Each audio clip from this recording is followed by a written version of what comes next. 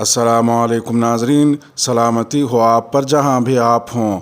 Calendar پر آج تاریخ ہے 30 شوال المکرم، انگریزی تاریخ 1 جون ہے۔ اپنے میزبان راہی حجازی سے عالمی خبریں سنیے۔ امریکہ کے اسلحے سے صحت اور زراعت کو نقصان پہنچا۔ افغانستان کے دوسرے نائب وزیر اعظم ملا عبدالسلام حنفی کے مطابق گزشتہ 20 سالوں میں امریکہ کی جانب سے بعض ہتھیاروں کے استعمال نے افغان صحت اور زراعت کے شعبوں کو منفی طور پر متاثر کیا ہے۔ حفاظتی ٹیکوں کے ہفتے کے موقع پر منعقدہ ایک اجتماع سے خطاب کرتے ہوئے ملا عبدالسلام حنفی نے کہا کہ دیہی علاقوں میں بہت سے لوگ صحت کی خدمات تک سے محروم ہیں۔ انہوں نے مزید کہا کہ امریکہ اور اس کے اتحادیوں نے اس سرزمین میں مختلف قسم کے ہتھیار استعمال کیے جس سے ہمارے زرعی شعبے کو نقصان پہنچا۔ علاوہ ازیں مختلف قسم کے کیمیائی مواد بھی استعمال کیے گئے جس سے ہمارے بچے، خواتین اور بہنیں متاثر ہوئیں۔ ملا عبدالسلام حنفی نے یہ بھی کہا کہ یہ بین الاقوامی برادری کی ذمہ داری ہے کہ وہ افغانوں پر مسلط کردہ جنگوں کے منفی اثرات کے خاتمے میں ان کی مدد کریں۔ ادھر دوسری جانب صحت عامہ کی وزارت نے کہا ہے کہ وہ جلد ہی ملک میں پولیو ویکسینیشن مہم شروع کرے گی۔ صحت عامہ کے قائم مقام وزیر قلندر عباد نے کہا کہ یہ وسیع مہم ایک مسجد سے دوسری مسجد تک چلائی جائے گی۔ یونیسیف کے ایک اہلکار عبدالقدیر موسیٰ نے کہا کہ وزارت ملک بھر میں شہری اور دیہی علاقوں میں کووڈ-19 کے خلاف ویکسینیشن مہم بھی شروع کر رہی ہے۔ ادھر ایک دوسری خبر میں طالبان نے خراب کوالٹی کا تیل افغانستان میں لانے پر 12 ایرانی آئل ٹینکرز کو ملک میں داخل ہونے سے روک دیا۔ افغان میڈیا نے طالبان کے سیکیورٹی حکام کے حوالے سے بتایا کہ ایران سے درآمد کیے گئے تیل کے 12 ٹرکوں میں ناقص معیار کا تیل پایا گیا اور انہیں واپس ایران بھیج دیا گیا۔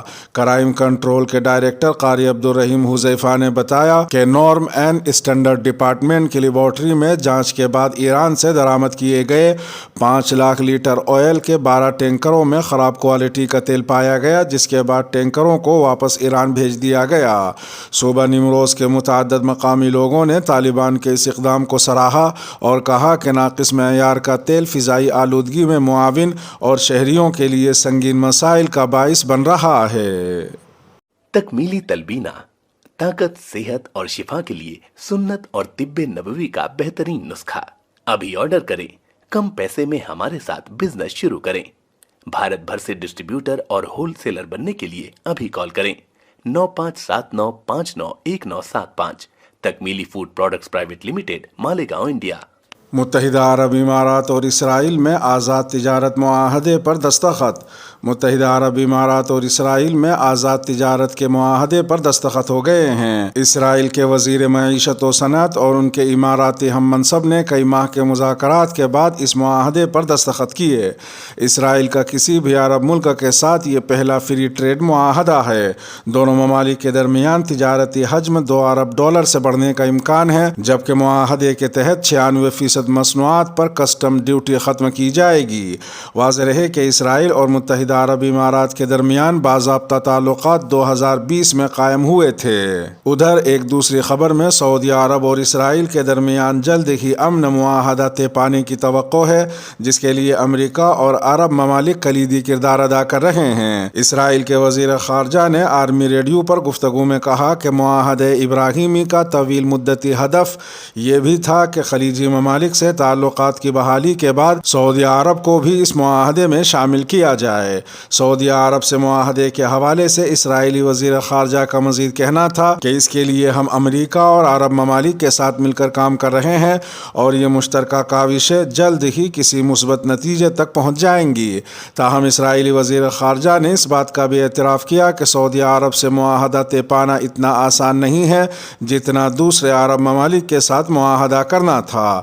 دوسری طرف اسرائیلی میڈیا میں شائع ہونے والی ایک رپورٹ میں انکشاف کیا گیا ہے کہ اسرائیل بحیرہ احمر میں واقع 2 جزائر تیران اور صنافیر کی ملکیت سعودی عرب کو دینے کو تیار ہے۔ سعودی عرب 80 کی دہائی سے ان جزائر کی ملکیت کا مطالبہ کرتا آیا ہے۔ ایک تیسری خبر میں پاکستان کے سابق وزیر اعظم عمران خان کا کہنا ہے کہ ہم حکومت میں تھے تو اسرائیل کو تسلیم کرنے کے لیے دباؤ تھا۔ سابق وزیر اعظم نے ڈیجیٹل میڈیا کے نمائندوں سے ملاقات میں انکشاف کرتے ہوئے کہا کہ حکومت میں تھے تو اسرائیل کو تسلیم کرنے کے لیے دباؤ تھا، پیغام بھیجا گیا کہ اپنے ملک کا سوچیں، پیغام کس کی طرف سے آیا تھا یہ ابھی نہیں بتا سکتا۔ انہوں نے مزید کہا کہ امریکہ کے زیر اثر مخصوص لابی مسلم ممالک سے اسرائیل کو تسلیم کروانا چاہتی ہے۔ حج مہنگا کیوں ہو گیا؟ پاکستان کی وزارت مذہبی امور نے سرکاری اسکیم کے تحت حج اخراجات کی تفصیلات جاری کر دی ہیں، جس کے تحت رواں سال پاکستانی عازمین کے اخراجات 7 لاکھ روپے کے لگ بھگ رہیں گے۔ منگل کو وفاقی کابینہ نے حج اخراجات میں اضافے کو دیکھتے ہوئے فی حاجی 1.5 لاکھ روپے امدادی رقم کی ادائیگی کی منظوری دی، تاہم اس کے باوجود حج کے اخراجات گزشتہ برسوں کی نسبت 3 لاکھ روپے زائد ہیں۔ وزیر مذہبی امور مفتی عبدالشکور کہتے ہیں کہ حج اخراجات میں اضافے کی بڑی وجہ سعودی حکومت کی پالیسی ہے، تاہم انہوں نے یقین دلایا ہے کہ عازمین کو بہترین سہولیات فراہم کی جائیں گی۔ انہوں نے کہا کہ حج بہت مہنگا اور عام آدمی کے لیے مشکل بنا دیا گیا ہے، جس کی وجہ گزشتہ حکومت کی پالیسیاں اور روپے کی قدر میں کمی بھی ہے۔ حج اخراجات کا جائزہ لیا جائے تو سعودی عرب کی جانب سے حجاج کرام کو خدمات کے عوض ادائیگیوں میں نمایاں اضافہ کر دیا گیا ہے۔ سعودی حکومت کی جانب سے لازمی حج اخراجات 3 لاکھ کے قریب کر دیے گئے ہیں، جو کہ حج 2022 کے دوران 80,000 روپے تھے۔ گزشتہ برسوں میں حجاج کے لیے بلا معاوضہ ویزا فراہمی کو ختم کرتے ہوئے سعودی عرب نے 16,000 روپے لازمی ویزا فیس بھی متعارف کروا دی ہے۔ وزارت مذہبی امور اور ایئر لائنز کے درمیان معاہدے کے مطابق فضائی سفر کی مد میں فی پاکستانی عازم کو 1,81,000 روپے ادا کرنا ہوں گے۔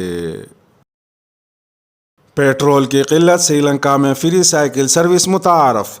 سری لنکا کی مرکزی بندرگاہ میں حکام نے مفت سائیکل سروس متعارف کرائی ہے تاکہ شہریوں کو پیٹرول سے چلنے والے ذرائع نقل و حمل کا استعمال نہ کرنا پڑے۔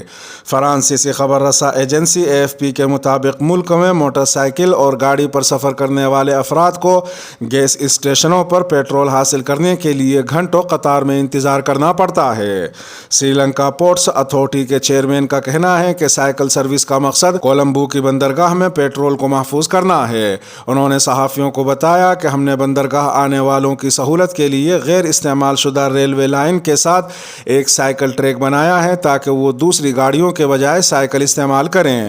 انہوں نے مزید کہا کہ بندرگاہ کے ذریعے چلنے والی شپنگ لائنز نے اس سروس کو شروع کرنے کے لیے 100 سائیکلیں عطیہ کی ہیں۔ واضح رہے کہ سری لنکا کا معاشی بحران غیر ملکی کرنسی کے ذخائر میں کمی کی وجہ سے پیدا ہوا، جس کی وجہ سے درآمد کنندگان خوراک اشیاء اور دیگر اشیاء کے حصول کے قابل نہیں رہے۔ بے تحاشا مہنگائی، مسلسل بلیک آؤٹ اور اشیاء ضروریہ کے لیے لمبی قطاروں نے جزیرے کے 2 کروڑ 20 لاکھ لوگوں کی زندگی اجیرن کر دی۔ حکومت نے بین الاقوامی مالیاتی فنڈ سے فوری مدد طلب کی ہے، جبکہ دوسری جانب عوام احتجاجی مظاہروں میں صدر گوٹاپایا راجپکسے سے مستعفی ہونے کا مطالبہ کر رہے ہیں۔ وزیر اعظم شہباز شریف کا پاک ترک تجارتی حجم $5 ارب تک بڑھانے کا عزم۔ وزیر اعظم پاکستان شہباز شریف نے عشائیے کے دوران خطاب کرتے ہوئے آئندہ 3 سال کے دوران دونوں ممالک کے درمیان تجارتی حجم $5 ارب تک لے جانے کا عزم ظاہر کیا۔ وزیر اعظم پاکستان شہباز شریف ان دنوں ترکی کے 3 روزہ سرکاری دورے پر انقرہ میں موجود ہے، جہاں سرمایہ کاروں سے خطاب کرتے ہوئے ترک سرمایہ کاروں کو ہر ممکن سہولیات کی فراہمی کا یقین دلایا۔ وزیر اعظم نے پاکستان اور ترکی کی کاروباری برادری پر زور دیا کہ وہ آئندہ 3 سال کے دوران دونوں ممالک کے درمیان تجارتی حجم $5 ارب تک لے جانے کا عزم کریں۔ انہوں نے مزید کہا کہ دونوں ممالک کے درمیان باہمی تجارت اور سرمایہ کاری کو فروغ دینے کے لیے تمام رکاوٹوں کو دور کیا جائے گا۔ ادھر ایک دوسری خبر میں سابق وزیر مملکت برائے اطلاعات فرخ حبیب نے وزیر اعظم شہباز شریف کے دورہ ترکی کے اشتہار اخبارات میں شائع ہونے پر کڑی تنقید کی ہے۔ سماجی رابطے کی ویب سائٹ ٹویٹر پر اپنے ایک پیغام میں وزیر اعظم شہباز شریف کے دورہ ترکی سے متعلق اشتہارات کی تصاویر شائع کرتے ہوئے پی ٹی آئی رہنما فروخ حبیب نے کہا کہ اشتہارات ایسے دیے جا رہے ہیں جیسے شہباز شریف مریخ پر جا رہے ہیں۔ انہوں نے مزید کہا کہ کیا شہباز شریف دورہ مریخ پر کچھ ایجاد کرنے جا رہے ہیں؟ ایک طرف کہتے ہیں کہ زہر کھانے کو بھی ان کے پاس پیسے نہیں، دوسری جانب تصویر لگائی جا رہی ہے۔ انہوں نے یہ بھی کہا کہ شہباز شریف کی تصویر لگا کر شوبازیوں پر قومی خزانہ خالی کیا جا رہا ہے، پھر قرض لے کر بوجھ عوام پر ڈال دیا جائے گا۔ سعودی عرب کی طرف سے یوکرینی بحران کے خاتمے کے لیے کوششوں کی حمایت۔ سعودی وزیر خارجہ شہزادہ فیصل ابن فرحان سے منگل کو دفتر خارجہ ریاض میں روسی وزیر خارجہ سرگئی لاروف نے ملاقات کی۔ سرکاری خبر رساں ایجنسی ایس پی اے کے مطابق شہزادہ فیصل ابن فرحان نے روسی ہم منصب کے ساتھ دونوں دوست ملکوں کے باہمی تعلقات اور انہیں مضبوط بنانے کے طریقوں کا جائزہ لیا۔ دونوں وزرائے خارجہ نے خطے نیز بین الاقوامی حالات اور مسائل کے حل کے لیے کی جانے والی کوششوں پر موقف کا تبادلہ کیا۔ ادھر ایک دوسری خبر میں امریکی محکمہ خارجہ کے ایک عہدیدار نے کہا ہے کہ واشنگٹن مقبوضہ بیت المقدس یعنی یروشلم میں اپنے قونصل خانے کو دوبارہ کھولنے کے لیے پرعزم ہے، اور اس نے ایک حالیہ اسرائیلی رپورٹ کی تردید کی جس میں کہا گیا ہے کہ واشنگٹن کو اس وعدے کی تکمیل سے روک دیا گیا ہے۔ محکمہ خارجہ کے ترجمان نیڈ پرائس نے منگل کے روز ایک بریفنگ میں صحافیوں کو بتایا کہ ہمیں یقین ہے کہ یہ ہمارے ملک کے لیے فلسطینی عوام کے ساتھ روابط استوار کرنے اور ان کی مدد کرنے کا ایک اہم طریقہ ہو سکتا ہے۔ جو بائیڈن انتظامیہ نے مقبوضہ بیت المقدس میں سفارتی مشن کو دوبارہ کھولنے کا عزم ظاہر کیا تھا، جسے سابق امریکی صدر ڈونلڈ ٹرمپ نے مقبوضہ بیت المقدس کو یک طرفہ طور پر اسرائیل کا دارالحکومت تسلیم کرنے کے بعد بند کر دیا تھا۔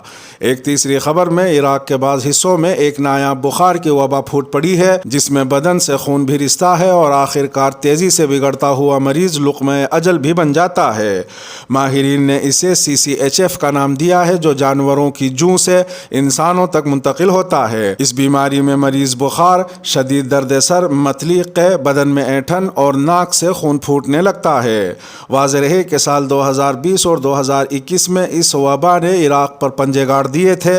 یہی وجہ ہے کہ عراقی محکمہ صحت نے جانوروں کے فارم اور کمیلوں میں بڑے پیمانے پر حفاظتی اسپرے کی مہم چلائی ہے۔ اس کے ساتھ ہی خبروں کا اختتام ہوا۔ ویڈیو کو آخر تک ملاحظہ فرمانے پر شکریہ۔ ویڈیو میں کوئی چیز پسند آئی ہو تو برائے کرم لائک کے بٹن کو پریس فرما دیں۔ ملتے ہیں شام 8 بجے انڈیا کی خبروں والی اگلی ویڈیو میں، اور اگر آپ 8 بجے کے بعد یہ ویڈیو دیکھ رہے ہوں تو وہ ویڈیو آپ کی اسکرین پر نمودار ہو رہی ہوگی، تھم نیل پر ٹچ کر آج کے انڈیا کی خبریں بھی سن سکتے ہیں۔ اپنے میزبان راہی حجازی کو اب دیجیے اجازت۔ سلامتی ہو آپ پر جہاں بھی آپ ہوں۔